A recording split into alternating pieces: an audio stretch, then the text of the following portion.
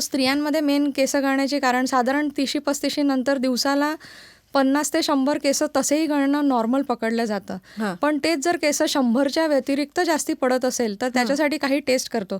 Suppose आता patient माझ्याकडे आला की मॅडम माझे केस दिवसाला फार गळतात. मग आम्ही म्हणतो की तुम्ही 24 तासात जेव्हा जेव्हा केस विंचरतात तेव्हा तेवढी किती केस गळलीत ते एकदा घेऊन या आमच्याला. म्हणजे आम्ही ते लक्षात येतं हां, की नेमके लक्षात येतं खरं की किती. केसांची मुळं घेऊन आम्ही ट्रायकोग्राम एक तपासणी असते की ते मुळं तपासून की कुठले केस गळतात.